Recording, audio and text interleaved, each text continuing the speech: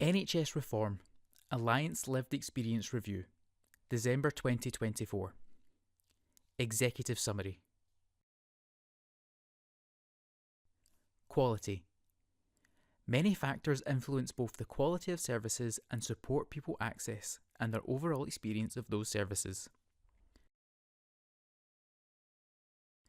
Through the evidence review, 20 themes emerged as key determinants of service quality.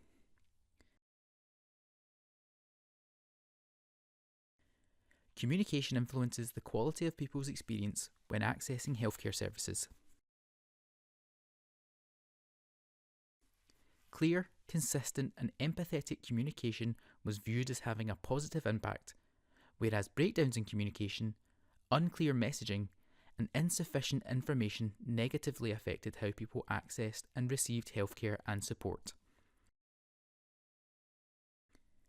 Effective communication was described as including regular updates, supporting clear navigation of healthcare systems, and characterised by kindness.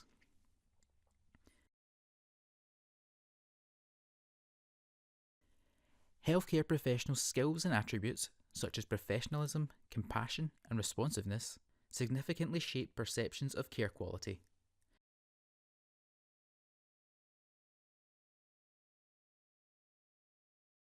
Positive experiences were linked to instances where professionals demonstrated kindness, empathy, and cultural sensitivity, supported by adequate training in areas like mental health, trauma-informed care, and equalities.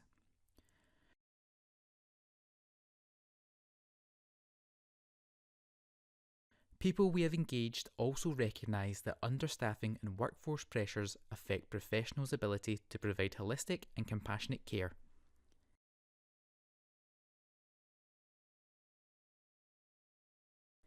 As a first point of contact, GPs were viewed as crucial in setting the tone for healthcare experiences, highlighting the need for person-centred, consistent and accessible care.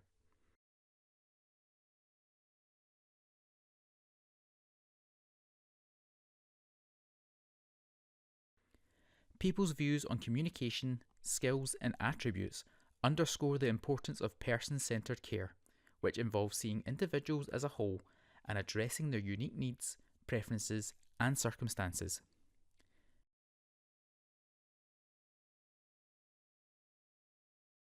People highlighted the role of a holistic approach in improving outcomes, empowering individuals and enhancing their ability to manage their health.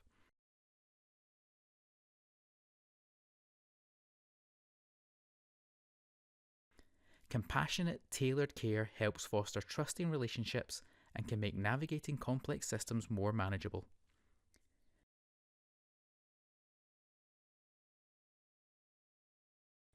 People strongly advocated for personalised care, rejecting a one-size-fits-all approach. They value having the ability to choose when, how and with whom they access services.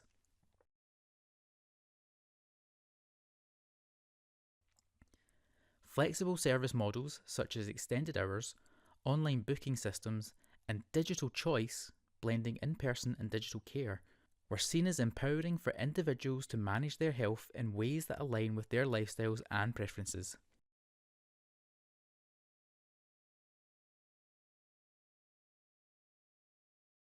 The COVID-19 pandemic highlighted gaps in choice, with some individuals reporting pressure to conform to restricted options, particularly in maternity and mental health care.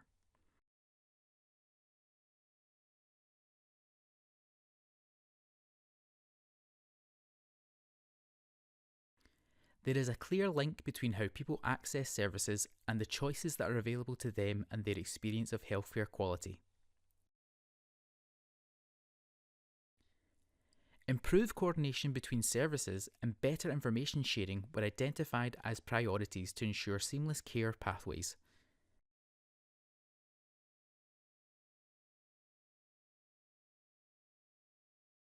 Challenges included inconsistent data sharing practices, disconnected communication channels, and gaps in transitional care, such as moving from child to adult services.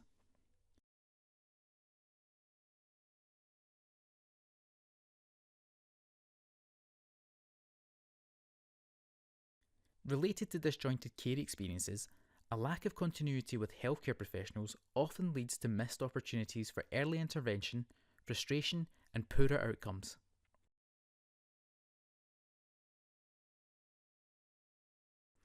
Continuity was particularly valued during transitions and in managing long-term conditions like chronic pain or mental health issues.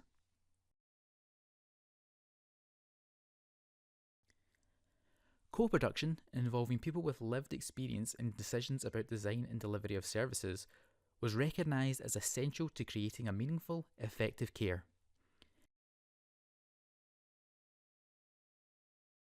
Individuals consistently call for active participation in decisions about their care plans, valuing transparency and reduced power imbalances.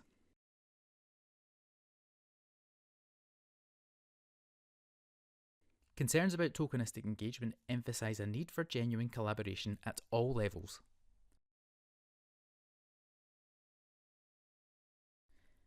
The themes explored above were also apparent throughout our engagement with people around their experiences of mental health care and audiology services. Experiences of mental health services were missed, with significant concerns about long waiting times, inconsistent support, and an over-reliance on medication.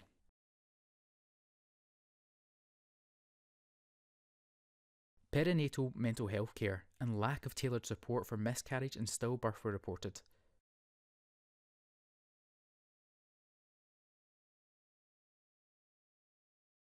People want to see more investment in community-based, person-centred care and prioritisation of counselling and therapy over medication.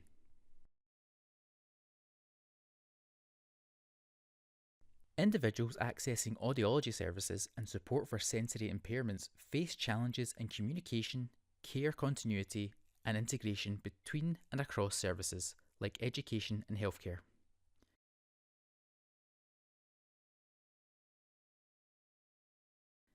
Positive experiences were linked to compassionate, informed, and proactive care tailored to individual needs.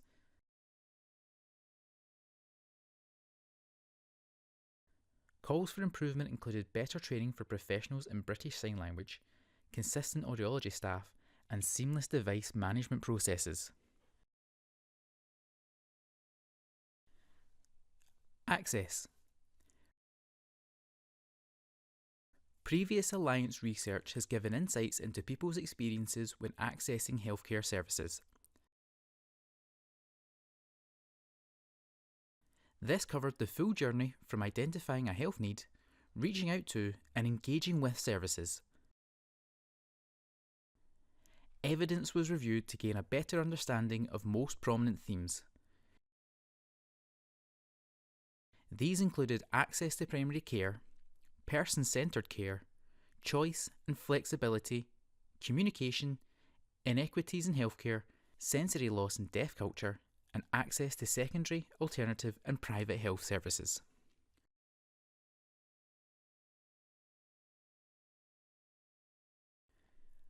People's experiences were mixed and contradictory. However, there was a strong feeling that there should be equal access to appropriate spaces and services when people needed them.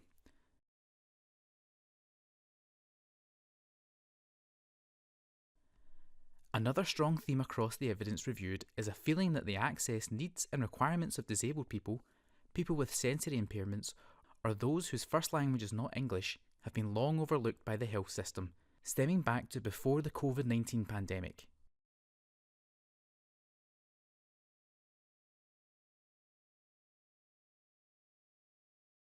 Mixed experiences have been exacerbated, not caused, by the pandemic.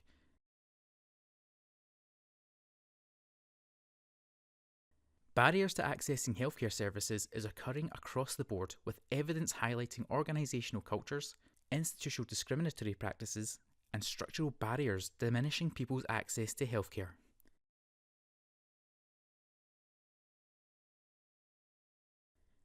People feel that the lack of access to services during the pandemic which, for example, monitor their health, provide ongoing support and keep them well has resulted in negative implications for their health and well-being.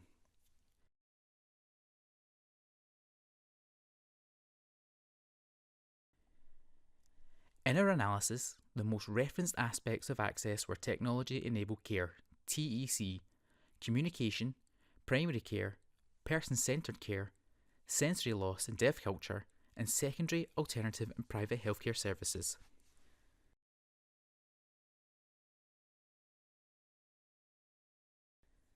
The adoption of TEC solutions during the pandemic and the opportunities this presented in terms of access was beneficial for many people, including people living in remote or rural areas and disabled people.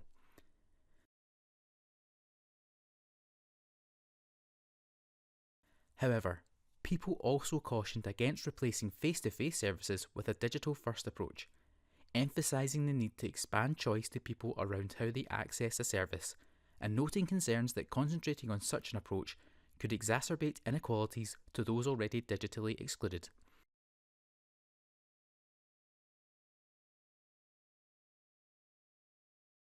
As with quality, communication can impact how people access services and information. The provision of accessible information is of key importance for many disabled people, including people with learning disabilities and people with sensory loss, neurodivergent people, and those whose first language is not English.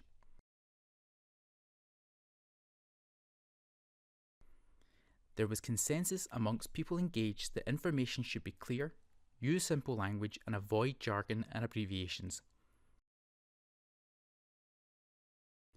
It should also be available in a range of formats, media, and settings beyond health and social care. People have reported mixed experiences accessing primary care services, with experiences of accessing general practices, GPs, being a particular theme.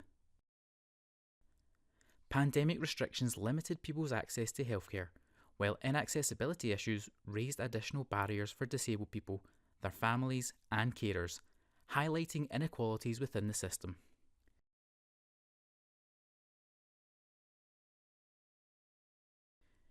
To prevent further inconsistencies and access issues, people saw it as vital to make changes to the GP system, such as co-locating with other primary care services. The evidence we have gathered demonstrates that person-centred care remains an aspiration for the healthcare system in Scotland.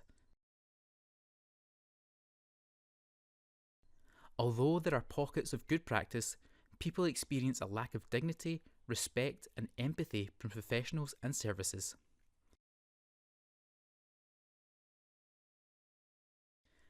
This is a prominent issue for those who are disabled, have sensory loss or are deaf.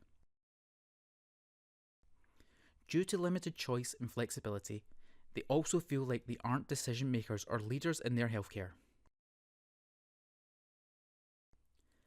As a result, people were discouraged from accessing care and support even when they needed it most. People with sensory loss or deaf people told us that there were issues with several areas of healthcare, and they are often unable to access the care they want, need or expect.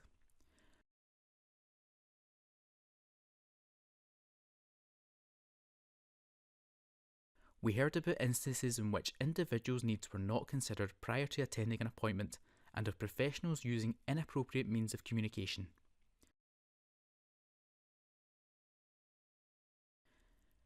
Other concerns included access to technology, equipment, maintenance support and information in suitable formats. Secondary healthcare services were negatively impacted during the pandemic as they were deemed non-essential and were closed. For example, people had issues accessing secondary health services such as pain clinics, psychiatry, neurosurgery, rheumatology and orthotics. Others told us that they had resorted to alternative remedies to treat their conditions and or felt forced to pay for private healthcare services and support.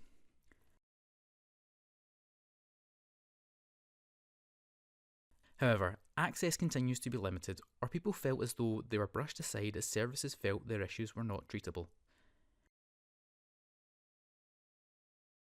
For people, being told that they were non-essential or untreatable meant that they were unsure of where they could go for help or diagnosis.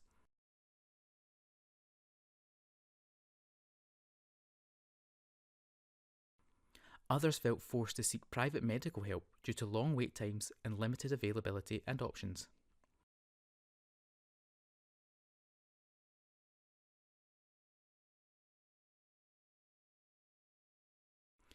The desire and benefits of alternative therapies such as massage and acupuncture demonstrate that healthcare should be holistic and based on what people find helpful, which accompanies medical or clinical treatment.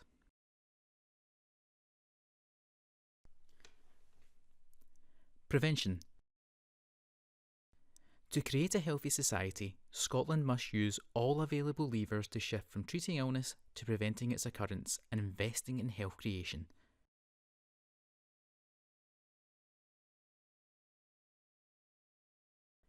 Whilst acknowledging the wider evidence base, which highlights the most effective primary prevention interventions are those which support access to the positive social detriments of health.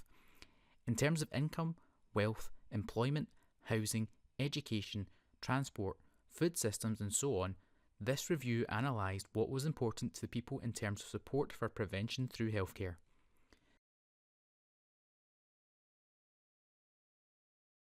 This is in recognition that access to healthcare services is a human right and is a determinant of health.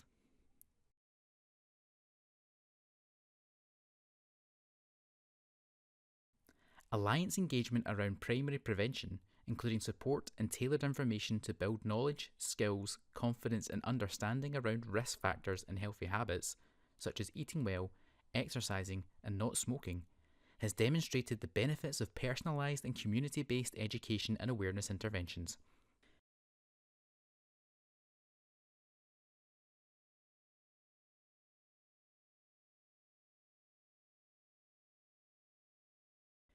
Tailored outreach programmes that emphasise achievable and healthy lifestyle modifications are considered highly impactful by individuals receiving services and the organisations delivering them.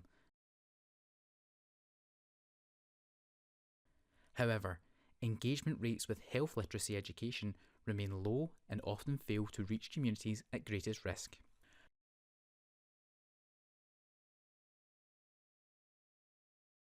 The review of engagement emphasises the critical importance of secondary prevention, namely early diagnosis and intervention, particularly for early identification of long-term conditions and mental health issues, and to prevent deterioration and improve overall well-being.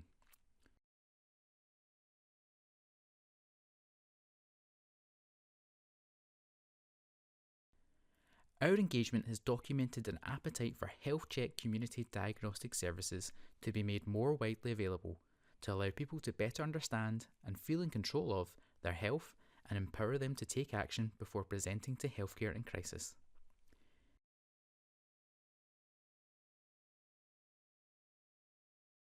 Tertiary prevention's role in the ongoing management and mitigation of long-term conditions is also a critical element within prevention.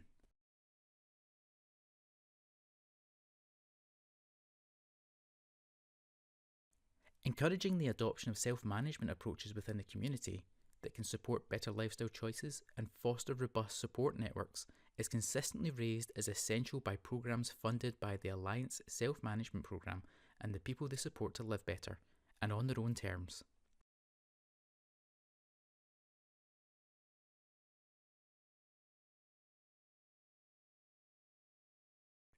Similarly, the role of prehabilitation must be elevated in order to reduce treatment-related complications, for example within cancer care and cardiovascular surgery, as must the role of rehabilitation in supporting people, including people affected by substance use, to avoid reaching crisis.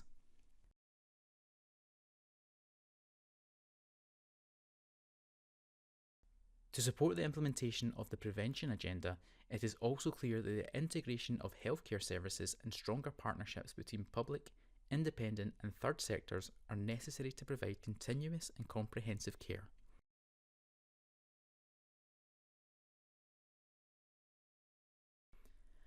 The role of partnership with the third sector in particular was raised as necessary in filling the gaps of care that exist across primary, secondary and tertiary prevention services, be it community diagnostics, self-management or delivery of specialist care.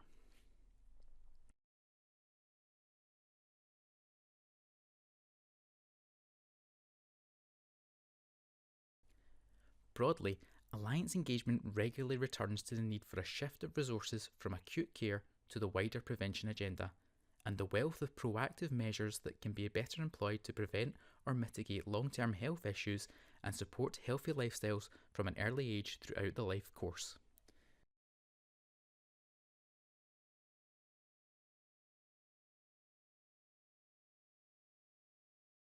This review also highlights the positive potential of an expanded community care model in Scotland that might better engage communities who experience the greatest barriers to engaging in healthcare within the prevention agenda and allow them to lead healthier lives for longer.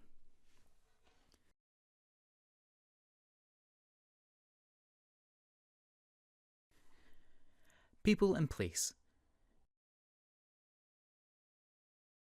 To ensure that NHS reforms are sustainable, we must also consider the wider factors that impact on health and well-being, and how the NHS works with local and national partners to align improvements.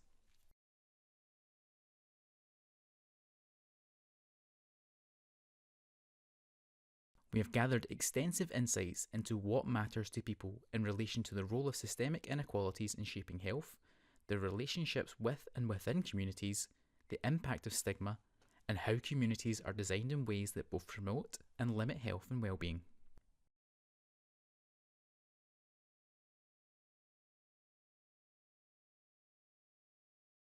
Systemic inequalities profoundly shape people's health and well-being and are shaped and experienced in the places where we are born, grow up, live, work and age.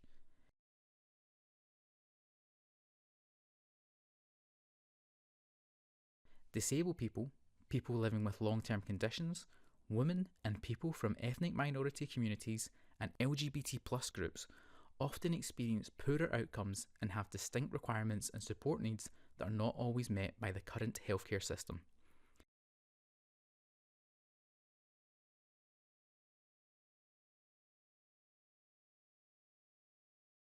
These health inequalities are influenced by a range of factors including poverty, employment, housing, education, racialisation, microaggressions, discrimination, and childhood experiences.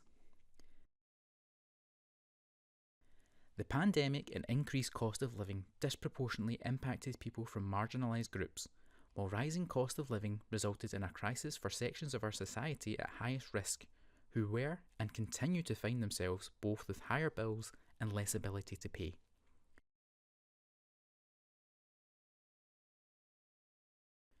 There continues to be a need for longer-term action to address the root causes of the crisis, which should be considered a form of preventative spending.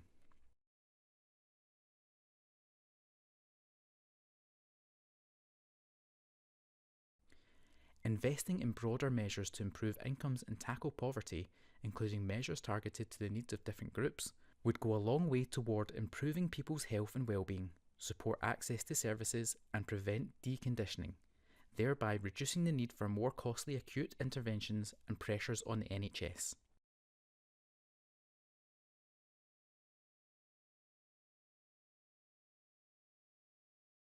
Additionally, NHS commissioning should adopt a human rights-based approach to procurement and grant funding to prioritise services which realise human rights and uphold dignity.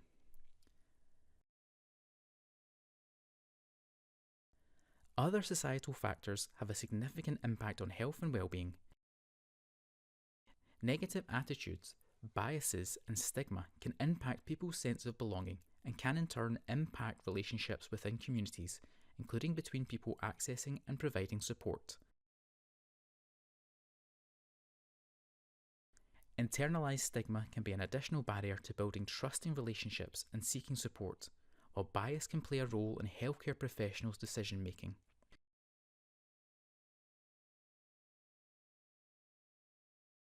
Education, awareness raising, training and capacity building for those working in health and social care could help tackle stigma and its impact within healthcare services.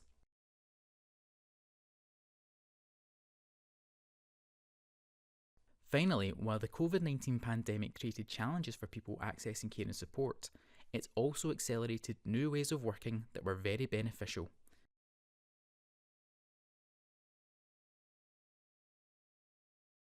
The shift to online delivery of services and more rapid delivery enabled more flexible approaches. As one person told us, these transformations showed it was possible to meet the needs of housebound people.